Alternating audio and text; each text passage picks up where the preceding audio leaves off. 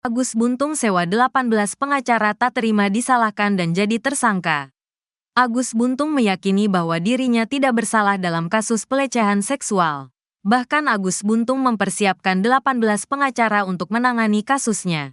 Dikutip dari Tribun News, hal itu disampaikan kuasa hukum Agus, Aminuddin. Di mana ia berujar jika Agus menggaet sedikitnya 18 pengacara. Dengan begitu, diharapkan dapat membuktikan bahwa Agus Buntung tidak bersalah. Aminuddin mengaku dirinya dan 17 anggota tim kuasa hukum yang lain siap membela Agus. Sejauh ini, pihaknya telah menyiapkan upaya pembelaan, termasuk bukti-bukti kuat untuk mendukung pembelaan tersebut. Di satu sisi, Agus mengatakan ada kesepakatan untuk melakukan hubungan intim. Aminuddin menyebut Agus tidak pernah memaksa korban, sehingga ia menyebut korban melapor kepada pihak yang berwajib lantaran uang yang digunakan untuk membayar kamar tidak dikembalikan Agus. Aminuddin menyebut Agus tidak memiliki uang sehingga ada perjanjian dengan tersangka untuk mengganti uang korban.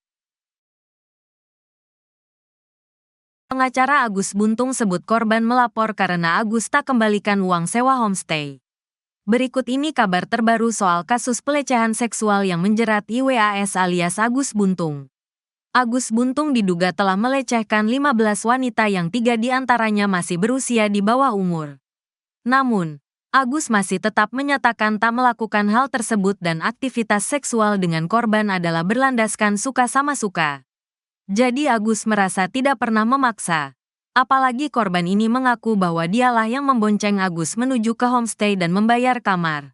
Kata Aminuddin, kuasa hukum Agus. Dikutip dari tribunlombok.com. Aminuddin juga menuturkan, alasan korban melapor ke polisi adalah karena uang yang digunakan untuk membayar kamar tak dikembalikan Agus.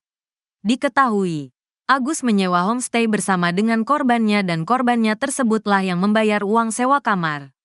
Homestay tersebut merupakan salah satu TKP Agus melecehkan korbannya. Lalu, karena uang untuk membayar kamar itu tidak dikembalikan Agus, maka Agus dilaporkan, ujarnya. Aminuddin juga menuturkan, pihaknya akan membela Agus Buntung di persidangan nanti. Demi membuktikan dalihnya itu, Agus kini menggaet 18 pengacara sekaligus, ucap Aminuddin. Sejauh ini, pihaknya telah menyiapkan upaya pembelaan, termasuk bukti-bukti kuat yang mendukung pembelaan tersebut. Diwartakan sebelumnya, Aminuddin mengatakan bahwa aktivitas seksual antara Agus dan salah satu korban berinisial M, 23, terjadi karena suka sama suka. Ia menuturkan, hubungan kliennya dan M tidak ada paksaan. Oh ya jelas, itu suka sama suka. Argumennya adalah suka sama suka. Tidak ada paksaan, ujar Aminuddin ketika mendampingi Agus saat rekonstruksi di Mataram, NTB, Rabu, tanggal 11 Desember tahun 2024. Dalam rekonstruksi yang dijalani Agus, terungkap ada keterangan yang berseberangan antara korban dan tersangka. Seperti apa yang disampaikan tadi, yang awalnya yang aktif itu adalah tersangka. Namun apa yang sudah kami dengarkan dan kami lihat, yang aktif itu adalah pihak korban, kata Aminuddin. Korban, ujar Aminuddin, sempat meminta uang 50.000 ke tersangka untuk mengganti uang bayar kamar homestay. Korban sempat minta uang sebagaimana dia bayar.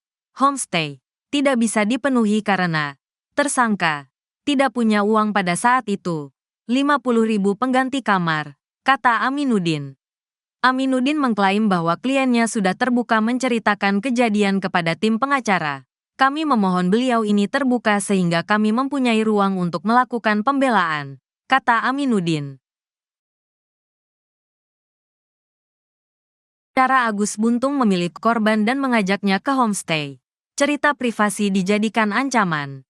Proses rekonstruksi kasus kekerasan seksual dengan tersangka Iwayan Agus Suartama, 21, alias Agus Buntung digelar pada Rabu, tanggal 11 Desember tahun 2024. Polda Nusa Tenggara Barat, NTB, membawa Agus ke 3 lokasi mulai Taman Udayana, homestay hingga Islamic Center. Dalam rekonstruksi terungkap cara Agus mengajak korban ke homestay dan melakukan tindak kekerasan seksual. Adegan yang diperagakan Agus merupakan tindak kekerasan seksual yang terjadi pada tanggal 7 Oktober tahun 2024 lalu. Ketua Komisi Disabilitas Daerah, KDD, NTB, Djoko Djumadi, menyatakan ada 15 orang yang mengaku dilecehkan Agus terdiri dari mahasiswi dan pelajar. Ia menjelaskan Agus mengincar wanita yang sedang duduk sendirian di Taman Udayana dan Taman Sangkareang, Kota Mataram. Agus melakukan profiling terhadap korban, yang sedang duduk sendiri di taman, dengan asumsi ketika dia duduk sendiri dia sedang galau, sedang ada masalah. Disitulah kemudian Agus masuk, bebernya. Agus kemudian mendekati korban dan menunjukkan kondisinya sebagai penyandang disabilitas. Hal itu dilakukan agar korban merasa iba dengan kondisi Agus yang tak memiliki kedua tangan. Akhirnya korban merasa iba dan korban menaruh kepercayaan pada si Agus. Lanjutnya, Agus mencari titik lemah korban dengan menggali informasi yang bersifat privasi dan sensitif. Cerita aib tersebut dijadikan ancaman oleh Agus agar korban mau diajak ke homestay. Djoko Djumadi menambahkan para korban merasa terancam dan terintimidasi sehingga tidak berani berteriak ketika berada di homestay. Agus mengancam para korbannya di homestay. Kalau berteriak akan digerebek dan dinikahkan. Dan itu di Lombok sering terjadi. Itulah yang kemudian karena korban tidak mau dinikahkan, pungkasnya.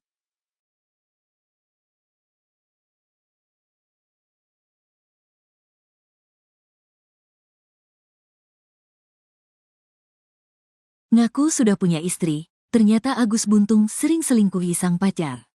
Tersangka kasus pelecehan seksual, Iwayan Agus Suartama alias Agus Buntung atau Agus Trax ternyata sempat mengaku sudah punya istri ke korbannya.